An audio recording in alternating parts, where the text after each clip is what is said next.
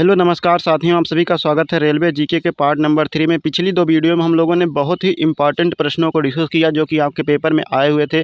साथ ही साथ उनके साथ जो एक्स्ट्रा फैक्ट बन सकते हैं उन सभी को डिस्कस किया। तो आज की वीडियो हम लोग नेक्स्ट जो क्वेश्चन आपके एग्जाम में आए हुए हैं उनको डिस्कस करेंगे। तो आप लोग वीडियो को अधिक से अधिक शेयर और चैनल को सब्सक्राइब जरूर कर लीजिएगा, बहुत ही इंपॉर्टेंट सेशन है। तो नेक्स्ट क्वेश्चन को हम लोग आगे देखते हैं। पहला प्रश्न आज का स्क्रीन पर है, सबरीमाला मंदिर किस राज्य में स्थित है? तो करेक्ट आंसर हो जाएगा ऑप्शन नंबर 1 केरल में। किस राज्य में स्थित है? तो केरल में स्थित है। अब बात कर लेते हैं यहाँ पर जो है अदर ऑप्शन की। तो अदर ऑप्शन की बात करें तो गुजरात जो है, गुजरात में कौन सा मंदिर है? तो गुजरात में सोमनाथ, कौन सा? सोमनाथ मंदिर स्थित है गुजरात में। पंजाब की बात की जाए तो पंजाब में आपका स्वर्ण मंदिर कहाँ पर स्थित है? तो स्वर्ण मंदिर जो है पंजाब में स्थित है। उड़ीसा की बात की जाए तो यहाँ पर कोणार्क का सूर्य मंदिर स्थित है जो कि कई बार एग्जाम में आ चुका है। तो कोणार्क का सूर्य मंदिर ये कहाँ पर स्थित है? तो उड़ीसा में। अब यहाँ बात आई है केरल की। तो केरल की हम बात कर लेते हैं। तो केरल की राजधानी क्या है? तिरुवनंतपुरम।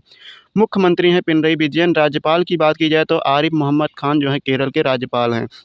अब बात कर लेते हैं सबरीमाला मंदिर के बारे में। तो सबरीमाला मंदिर जो है यह केरल राज्य के पतनमतिट्टा जिले में स्थित है। यह मंदिर भगवान अयप्पन को समर्पित है। किसको? भगवान अयप्पन को समर्पित है। चलिए नेक्स्ट क्वेश्चन देखते हैं। अगला प्रश्न है, सेरीकल्चर निम्न में से किससे संबंधित है?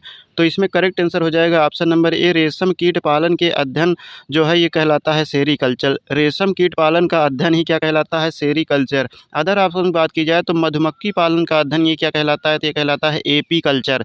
जरूर याद रखिएगा, मोस्ट इंपॉर्टेंट फैक्ट है, एपी कल्चर कहलाता है।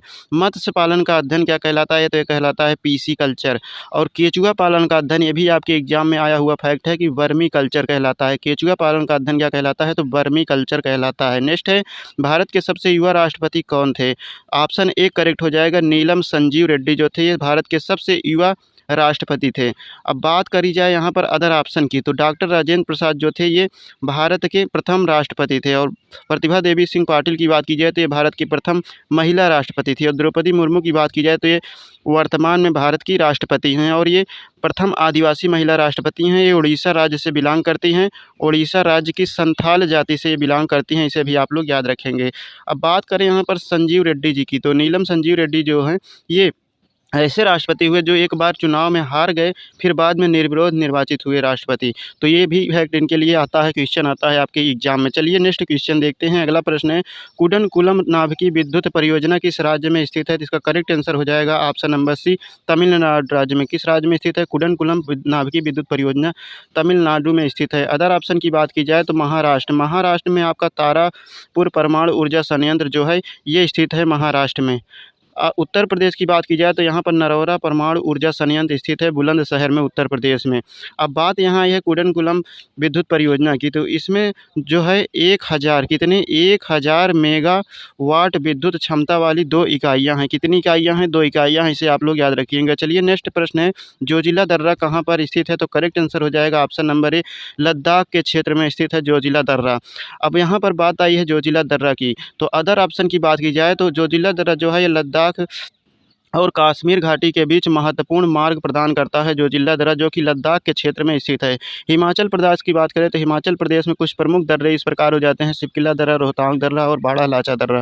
अरुणाचल प्रदेश की बात की जाए तो अरुणाचल प्रदेश के प्रमुख दर्रे हैं बोमडिला दर्रा, यांगयाप दर्रा और दिफू दर्रा। जम्मू कश्मीर के कुछ इंपॉर्टेंट दर्रों की बात की जाए तो जम्मू कश्मीर में इंपॉर्टेंट दर्रे हो जाते हैं काराकोरम दर्रा, पीर पंजाल दर्रा, तीसरा है बनिहाल दर्रा, चौथा है बुरजिल्ला दर्रा। तो ये सभी आप लोगों के इंपॉर्टेंट फैक्ट जो एक्स्ट्रा बताए जाते हैं वो भी आप लोग नोट डाउन करके रख लीजिएगा। और वीडियो पसंद आए तो चैनल को सब्सक्राइब जरूर कर लीजिएगा। नेक्स्ट क्वेश्चन है, संसद में पर्यावरण संरक्षण अधिनियम कब पारित हुआ था? तो करेक्ट आंसर हो जाएगा ऑप्शन नंबर बी, 23 मई 1986 को संसद में पर्यावरण संरक्षण अधिनियम पारित हुआ था। अब इसके बारे में बात करें तो संयुक्त राष्ट्र संघ के प्रथम मानव पर्यावरण सम्मेलन जो कि जून में हुआ था, जून 1972 स्टॉकहोम में हुआ था, के निर्णयों के क्रियान्वित करने के लिए पर्यावरण संरक्षण अधिनियम 1986 पारित किया गया था। इसे छाता विधान के नाम से भी जाना जाता है। चलिए नेक्स्ट क्वेश्चन देखते हैं। अगला प्रश्न है, दांडी नामक स्थान गुजरात के किस जिले में स्थित है? तो करेक्ट आंसर हो जाएगा ऑप्शन नंबर सी, नवसारी जिले में। गुजरात के नवसारी जिले में दांडी नामक स्थान स्थित है। अब ये दांडी नामक स्थान क्यों यहाँ पर पूछ लिया गया, तो इससे रिलेटेड बात करते हैं। तो नमक सत्याग्रह की बात करें तो जो कि 22 मार्च 1930 से 5 अप्रैल 1930 तक चला था, महात्मा गांधी जी के द्वारा साबरमती से दांडी जाकर नमक बनाकर नमक कानून का उल्लंघन करना जो था ये दांडी तक ये सत्याग्रह चलाया गया था, तो दांडी नामक स्थान इसीलिए यहाँ पर इंपॉर्टेंट हो जाता है। चलिए नेक्स्ट क्वेश्चन देखते हैं। अगला प्रश्न है, संयुक्त राज्य सुरक्षा परिषद की स्थापना कब हुई थी? इसका करेक्ट आंसर हो जाएगा ऑप्शन नंबर बी, 1945 में संयुक्त राष्ट्र सुरक्षा परिषद की स्थापना हुई थी। अब यहाँ बात आई है संयुक्त राष्ट्र सुरक्षा परिषद की। इसके बारे में बात करें तो यह संयुक्त राष्ट्र संघ का एक प्रमुख अंग है और यह एक प्रकार का से कार्यपालिका है, और संयुक्त राष्ट्र संघ के टोटल 6 अंग हैं, उनमें से एक प्रमुख अंग है। इसकी बात की जाए तो इसे दुनिया का पुलिसमैन भी कहा जाता है। संयुक्त राष्ट्र सुरक्षा परिषद जो है, संयुक्त राष्ट्र सुरक्षा परिषद जो है, यूनाइटेड नेशन सिक्योरिटी काउंसिल जो है, इसे दुनिया का पुलिसमैन भी कहा जाता है। इसे भी आप लोग याद रखेंगे। इसमें टोटल 15 सदस्य देश हैं, जिनमें से 5 स्थायी सदस्य देश, और इन स्थायी सदस्य देशों का नाम आप लोग जरूर याद रखिएगा। अमेरिका, रूस, ब्रिटेन, फ्रांस और चीन हैं, और 10 अस्थायी सदस्य देश हैं। तो इस प्रकार आप लोग याद रखिएगा, मोस्ट इंपॉर्टेंट फैक्ट है। चलिए नेक्स्ट क्वेश्चन की ओर बढ़ते हैं। अगला प्रश्न है, खालसा पंथ की स्थापना किसके द्वारा की गई थी? करेक्ट आंसर हो जाएगा ऑप्शन नंबर बी, गुरु गोविंद सिंह जी के द्वारा जो है खालसा पंथ की स्थापना की गई थी। अदर ऑप्शन की बात की जाए तो ऋषभ पंत जी के द्वारा किसकी स्थापना की गई थी? तो ऋषभ पंत जो थे, इनके द्वारा जैन धर्म की स्थापना की गई थी।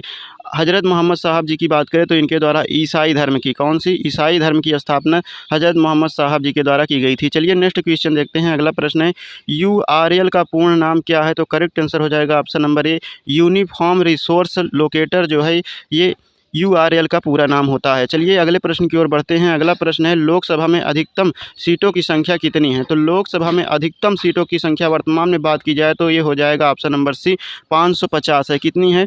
550 अधिकतम सीटों की संख्या।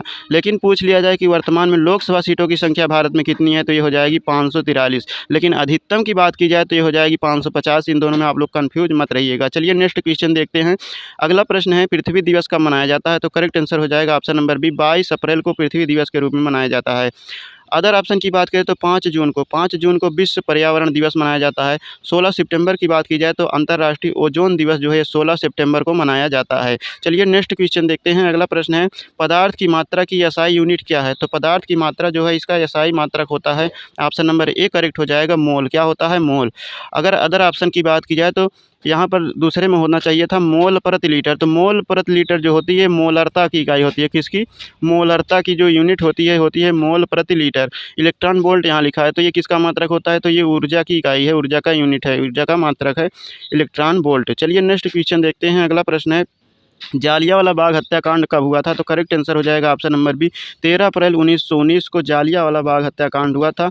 जो किसके द्वारा कराया गया था? तो जनरल डायर के द्वारा जो है ये हत्याकांड कराया गया था, जो कि अमृतसर, पंजाब के अमृतसर में हुआ था, स्थित है। अब बात करते हैं ऑप्शन नंबर ए में, 1 अगस्त 1920 को कौन सी घटना हुई थी? तो 1 अगस्त 1920 को असहयोग आंदोलन प्रारंभ हुआ था। कब? 1 अगस्त 1920 को असहयोग आंदोलन प्रारंभ हुआ था। ऑप्शन नंबर सी में लिखा है 5 फरवरी 1922। 5 फरवरी 1922 की कौन सी घटना हुई थी? तो उत्तर प्रदेश के गोरखपुर जिले में स्थित चौरी चौरा नामक स्थान पर कौन सी घटना हुई थी? चौरी चौरा कांड हुआ था, और इस घटना के बाद असहयोग आंदोलन जो है स्थगित हो गया था। तो चलिए नेक्स्ट क्वेश्चन देखते हैं। अगला प्रश्न है, भारत में राष्ट्रीय आय की गणना सर्वप्रथम किसने की थी? तो करेक्ट आंसर हो जाएगा ऑप्शन नंबर ए, दादा भाई नौरोजी ने सर्वप्रथम भारत में राष्ट्रीय आय की गणना की थी। चलिए नेक्स्ट क्वेश्चन देखते हैं। अगला प्रश्न है, सापेक्षता का सिद्धांत किसने दिया था? सापेक्षता का सिद्धांत किसके द्वारा दिया गया था? तो करेक्ट आंसर हो जाएगा ऑप्शन नंबर आपका ए, अल्बर्ट आइंस्टीन ने सापेक्षता का सिद्धांत दिया था, जो कि यह एक जर्मन के भौतिकी विज्ञानी थे।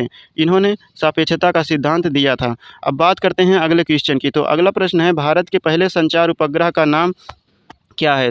तो भारत के पहले संचार उपग्रह का नाम है ऑप्शन नंबर बी, सही हो जाएगा एप्पल। क्या है? एप्पल। एप्पल का पूरा नाम हो जाता है एरियन पैसेंजर पेलोड एक्सपेरिमेंट। ये हो जाता है एप्पल का पूरा नाम। अदर ऑप्शन की बात की जाए तो आर्यभट्ट। आर्यभट्ट भारत का फर्स्ट उपग्रह है, भारत का पहला उपग्रह है, जो कि भारत में ही निर्मित किया गया था। कल्पना वन की बात की जाए तो कल्पना वन जो है पहला मौसम उपग्रह है, कल्पना वन, इसे भी आप लोग याद रखिएगा। नेक्स्ट क्वेश्चन देखते हैं। अगला प्रश्न आपकी स्क्रीन पर है, निम्न में से कौन सी जापान की मुद्रा है? तो करेक्ट हो जाएगा ऑप्शन नंबर ए, एन जो है ये जापान की मुद्रा है। जापान की यहाँ पर बात आई है तो जापान की बात कर लेते हैं। तो जापान की जो राजधानी है वो क्या है? टोक्यो है, मुद्रा है एन। और प्रधानमंत्री आपको कमेंट करके बताना है कि जापान के वर्तमान प्रधानमंत्री कौन है। और जापान को उगते सूरज का देश भी कहा जाता है, अर्थात सर्वप्रथम सूर्य जो है यहीं पर उगता है, वहीं पर दिखाई देता है। चलिए नेक्स्ट क्वेश्चन देखते हैं। अदर ऑप्शन की यहाँ पर बात कर लेते हैं। तो रूबल जो है, ये रूबल कहाँ की करेंसी है? तो ये हो जाएगी रूस की। तो अदर ऑप्शन ये आपका रूबल जो है रूस की करेंसी है। चलिए नेक्स्ट क्वेश्चन देखते हैं। देखते हैं। अगला प्रश्न है, बार्क का मुख्यालय कहाँ पर स्थित है? जो बार्क है, BARC, Bhabha atomic research centre जो है, इसका मुख्यालय कहाँ पर स्थित है? तो इसका करेक्ट आंसर हो जाएगा ऑप्शन नंबर ए, मुंबई में ये इसका मुख्यालय स्थित है। चलिए बात करते हैं हम लोग बार की। तो BARC जो है, इसकी स्थापना क्या कब हुई थी, इसको आप लोग कमेंट करके बताइएगा। अब बंगलुरु यहाँ पर लिखा हुआ है, तो बंगलुरु में आपका इंडियन स्पेस रिसर्च ऑर्गेनाइजेशन, अर्थात भारत की जो स्पेस अंतरिक्ष संस्था है, इसरो, इसकी जो है मुख्यालय बंगलुरु में स्थित है। नई दिल्ली की बात की जाए तो यहाँ पर DRDO, defence research and development organisation जो है, भारत का रक्षा अनुसंधान संगठन जो है, इसका जो मुख्यालय कहाँ पर स्थित है? तो नई दिल्ली में स्थित है। चलिए नेक्स्ट क्वेश्चन देखते हैं। नेक्स्ट क्वेश्चन है, टैक्सोनॉमी के जनक कौन है? तो करेक्ट आंसर हो जाएगा option number B, Carl Linnaeus जो है, ये टैक्सोनॉमी के जनक कहे जाते हैं। अदर ऑप्शन की बात करें तो अरस्तु जो है, ये जीव विज्ञान एवं जंतु विज्ञान दोनों के जनक कहे जाते हैं। आइजैक न्यूटन की बात करें तो इन्हें भौतिकी का जनक कहा जाता है। तो ये थे आज के मोस्ट इंपॉर्टेंट क्वेश्चन और उनसे रिलेटेड जो भी एक्स्ट्रा फैक्ट बन सकते हैं। बाकी आपको वीडियो कैसा लगा कमेंट करके जरूर बताएं। अगर आप लोग चैनल को नहीं सब्सक्राइब किए हैं तो सब्सक्राइब जरूर कर लीजिएगा। चलिए देखते हैं, आज का प्रश्न आपकी स्क्रीन पर है, भारतीय रेलवे जो है, भारतीय रेलवे की स्थापना कब हुई थी? इसका करेक्ट आंसर जो भी है कमेंट करके आप लोग बताइएगा। ऑप्शन नंबर ए है 1853 में, ऑप्शन बी है 1895 में, ऑप्शन सी है 1905 में, ऑप्शन डी है 1913 में। तो जो भी आंसर करेक्ट है उसको कमेंट करके आप लोग बताइएगा। बाकी आपको वीडियो कैसी लगती है अपना कमेंट सुझाव जरूर देते रहें। आज के लिए इतना ही। जय हिंद, धन्यवाद।